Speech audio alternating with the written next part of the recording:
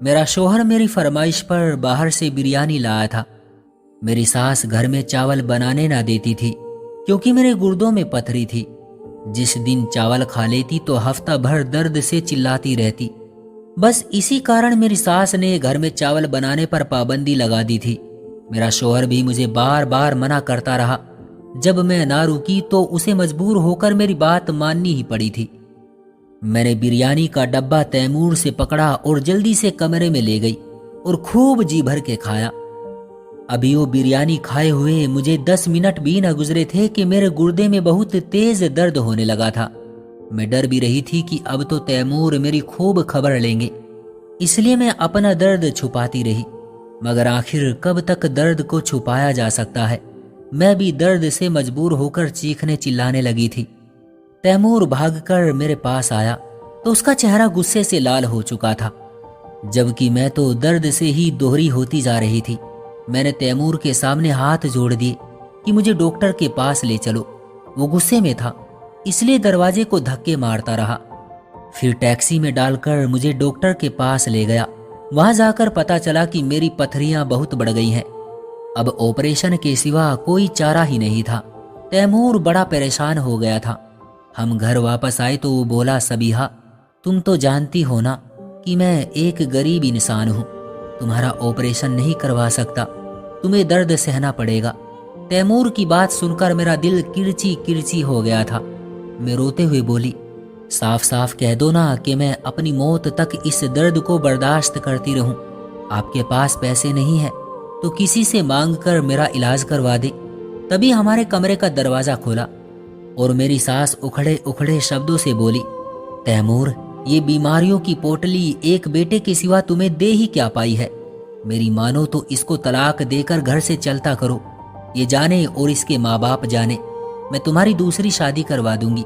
ساس کی باتیں سن کر آج میں ہر قسم کا صبر کھو چکی تھی۔ میں نے بہت بار یہ سب سہا تھا، اس لیے اٹھ کر کھڑی ہو گئی کہ اسے کھری کھری سناؤں، مگر میرے گردے میں پھر سے درد شروع ہو گیا اور میں دوہری ہوتی چلی گئی تھی۔ میرا شوہر اپنی ماں کو باہر لے گیا اور مجھے آرام کی دوا کھلا کر بولا، سونے کی کوشش کرو، اس سے تم ٹھیک ہو جاؤ گی۔ میں نے جیسے ہی دوا کھائی تو میں آرام سے سو گئی۔ نہ جانے میں کتنی دیر تک سوتی رہی تھی۔ میری آنکھ کسی کے بولنے کی آواز سے کھلی۔ یہ آواز کسی اور کی نہیں بلکہ میری ساس کی ہی تھی۔ وہ نہ جانے کس سے باتیں کر رہی تھی۔ وہ بولی، تم فکر نہیں کرو، تیمور نے اپنی بیوی کا پکا انتظام کر لیا ہے، کچھ ہی دنوں کی بات ہے، پھر میں تمہیں اس گھر کی مالکن بنا کر گھر لے آؤں گی۔ یہ باتیں سن کر تو میرے ہوش اڑ گئے تھے۔ میری ساس یہ کیا کہہ رہی تھی اور کیوں کہہ رہی تھی؟ تیمور نے میرا کیا انتظام کیا تھا؟ میں بڑی دیر تو یوں ہی لیٹی رہی۔ مجھے اپنے شوہر اور ساس پر شک سا ہونے لگا تھا۔ بڑی مشکل سے ہمت کر کے میں اٹھنے کے قابل ہوئی تھی۔ میں اٹھ کر باہر گئی تو میری ساس نے گھر بھر کے سارے کام کیے ہوئے تھے۔ میرا پیارا بیٹا کاشان سو رہا تھا۔ میں اس کے پاس ہی چارپائی پر بیٹھ کر اس کے گال سہلانے لگی۔ تبھی تیمور بھی میرے پاس ہی آ کر چارپائی پر بیٹھ گیا اور بولا، سبیحہ میں تمہاری بیماری کی وجہ سے بہت پریشان تھا، سمجھ ہی نہیں آ رہا تھا کہ میں کیا کروں اور کیا نہ کروں۔ میں نے سوچا قرض لے کر تمہارا آپریشن کروا دیتا ہوں، بعد کی بعد میں دیکھی جائے گی۔ اسی سلسلے میں نے اپنے ایک دوست سے بات کی، اس سے قرض مانگا تھا۔ وہ بولا، قرض تو دے دوں گا، آپریشن بھی ہو جائے گا، مگر اس کے بعد تمہاری بیوی ادھوری ہو کر رہ جائے گی۔ عورت آپریشن کے بعد پہلے جیسی نہیں رہتی۔ پھر تم خود سوچو سبیحہ، ہماری ایک ہی تو اولاد ہے۔ میں اپنے تنہا بیٹے کا بھوشیہ سوچتا ہوں تو لرز کر رہ جاتا ہوں۔ کل کلاق کو جب ہم نہ ہوں گے تو کون اس کی سنے گا؟ کون اس کو دکھ اور پریشانی میں دلاسا دے گا؟ میرے دوست نے ایک بہت مشہور پنساری کا پتہ بتایا تھا، وہ گردے کی پتھری کا شرطیہ علاج کرتا ہے۔ میں نے اس سے تمہارے لیے دوا لی ہے، 1-2 ہفتے استعمال کر کے دیکھو، اگر کوئی فرق نہیں پڑتا تو پھر تمہارا آپریشن بھی کروا لیں گے۔ میرے شوہر نے دوائیوں والا شوپر مجھے تھما دیا تھا۔ میں اپنے شوہر کو دیکھتی رہ گئی تھی، وہ میرے لیے کتنا فکر مند تھا اور میں بنا وجہ اس پر شک کر رہی تھی۔ میں نے تیمور کا ہاتھ پکڑ لیا اور بولی، آپ بہت اچھے ہیں تیمور، آپ کی امی نے ہمارا گھر اجاڑنے میں کوئی کسر نہیں چھوڑی تھی، مگر آپ ہمیشہ میرے لیے ڈٹے رہے۔ تیمور مسکرا کر بولے، امی دل کی بری نہیں ہے، بس حالات انسان کو کڑوا بنا دیتے ہیں۔ تم ان کی طرف سے دل میلا مت کرنا۔ پنساری کی دوا دن میں 2 ٹائم کھانی تھی۔ رات کی دوا میں نے کھا لی تھی اور اوپر والے کے رحم سے وہ دوا میرے لیے اچھی بھی ثابت ہو گئی تھی۔ ساری رات مجھے ایسا لگا جیسے میں پھولوں کے بستر پر وراجمان ہوں۔ صبح اٹھی تو تیمور کام پر جانے کے لیے تیار کھڑے تھے۔ وہ مسکرا کر بولے، شکر ہے صبیحہ، تم جاگ گئی ہو، میں ناشتے کے لیے کھڑا ہوں، اٹھو میں ناشتہ بنا دوں تمہارے لیے۔ میں بولی، تیمور آپ یہ کیا کہہ رہے ہیں، میں ناشتہ بنا سکتی ہوں، اور پھر آپ نے کاشان کو بھی اسکول کے لیے تیار کر دیا ہے، میرے لیے یہی کافی ہے۔ تیمور کی آنکھوں میں ایک دم ہی آنسو آ گئے تھے۔ وہ بولے، صبیحہ میرے پاس اتنے پیسے تو نہیں ہیں کہ میں تمہارا مہنگے اسپتال میں علاج کروا سکوں، مگر کم سے کم میں تمہارا خیال تو رکھ سکتا ہوں نا۔ میں نے ان سے کہا کہ میں اپنا ناشتہ خود بنا لوں گی، آپ کام پر چلے جائیں۔ تیمور کام پر جاتے ہوئے مجھے آرام کرنے کو کہہ کر گئے تھے۔ وہ بولے، آج تم گھر کے کسی کام کو بھی ہاتھ مت لگانا۔ میں نے اس بات میں سر ہلا دیا۔ میں نے ناشتہ کر کے اپنی دوا کھا لی تو سر چکرانے لگا تھا۔ میں نے اپنا کمرہ صاف کیا اور بستر پر لیٹتے ہی سو گئی۔ میری آنکھ کاشان کی آواز سے کھلی۔ وہ مجھے اٹھا رہا تھا۔ میں اٹھ بیٹھی اور بولی، کیا بات ہے بیٹا، تم اسکول کیوں نہیں گئے؟ کاشان حیرت سے بولا، مما آپ کو کیا ہو گیا ہے؟ میں اسکول سے واپس بھی آ چکا ہوں۔ میں ایک دم ہڑبڑا کر اٹھ بیٹھی، پھر اسے بتایا کہ میں بیمار رہتی ہوں نا، اس لیے دوا کھا کر سو جاتی ہوں۔ پھر میں نے اٹھ کر منہ ہاتھ دھویا اور کاشان کے لیے کھانا لینے کمرے سے باہر نکلی تو یہ دیکھ کر حیران رہ گئی کہ میرا گھر تو شیشے کی طرح چمک رہا تھا۔ کچن کا سارا کام بھی میری ساس کر چکی تھی۔ یہ سب دیکھ کر مجھے بڑی حیرت ہوئی تھی۔ میری ساس نے کبھی بھی میرے ساتھ گھر کے کاموں میں ہاتھ نہیں بٹایا تھا، بلکہ ہمیشہ مجھے حکم ہی کیا تھا۔ اب انہیں اکیلے ہی پورے گھر کے کام کرنا پڑ رہے تھے۔ میں اب کافی فریش تھی، اس لیے کاشان کے ساتھ کھیلتی رہی۔ اس کو اسکول کا کام بھی کروا دیا۔ تیمور کام سے واپس آئے تو مجھے مسکراتا دیکھ کر بڑے خوش ہوئے تھے۔ پھر ہم سب نے رات کا کھانا مل جل کر ہی کھایا تھا۔ اب میری زندگی بہت بہتر ہو چکی تھی، درد سے بھی آرام رہنے لگا تھا، گھر کے کاموں سے بھی چھٹی مل گئی۔ میرے اور تیمور میں اب نوک جھونک بھی نہیں ہوتی تھی۔ میری صحت بہتری کی طرف بڑھ رہی تھی، مگر ایک صبح کاشان کی بات سن کر میرا دل دہل کر رہ گیا تھا۔ میرا 7 سال کا بیٹا میرے سامنے کھڑا رو رہا تھا۔ وہ بولا، مما آپ نے دوسری شادی کیوں کر لی ہے؟ میں آپ کے بغیر نہیں رہ سکتا، آپ گندی مما ہے۔ مجھے کاشان کی باتوں نے اندر تک دہلا کر رکھ دیا تھا۔ میں بولا، بیٹا تم یہ کیا کہہ رہے ہو؟ ایسی بات تمہارے دماغ میں کیسے آ گئی؟ وہ روتا رہا اور بولا، میں نے کل رات آپ کو دلہن کے روپ میں دیکھا تھا۔ کاشان کی بات سن کر میں ایک دم سے کھلکھلا کر ہنس دی تھی۔ میں بولی، تم نے ضرور کوئی خواب دیکھا ہوگا۔ وہ اپنی بات پر اڑا تھا۔ وہ بولا، میں نے کوئی خواب نہیں دیکھا، آپ دلہن بنی ہوئی تھی، دادی آپ کے پاس کھڑی تھی۔ میں نے بابا سے پوچھا تو وہ بولے، تمہاری امی نے دوسری شادی کر لی ہے۔ کیا تیمور نے یہ بات کاشان سے کی تھی؟ میں نے سوچا کہ تیمور سے تو میں اس بارے میں بعد میں بات کروں گی، مگر پہلے کاشان کو تو سنبھال لوں۔ میں نے بڑی مشکل سے اس کو یقین دلایا تھا کہ میں نے دوسری شادی نہیں کی۔ وہ کچھ پرسکون ہوا تو ناشتہ کرنے کے لیے بیٹھ گیا تھا، مگر اس نے میرے دل میں شک کا بیج بو دیا تھا۔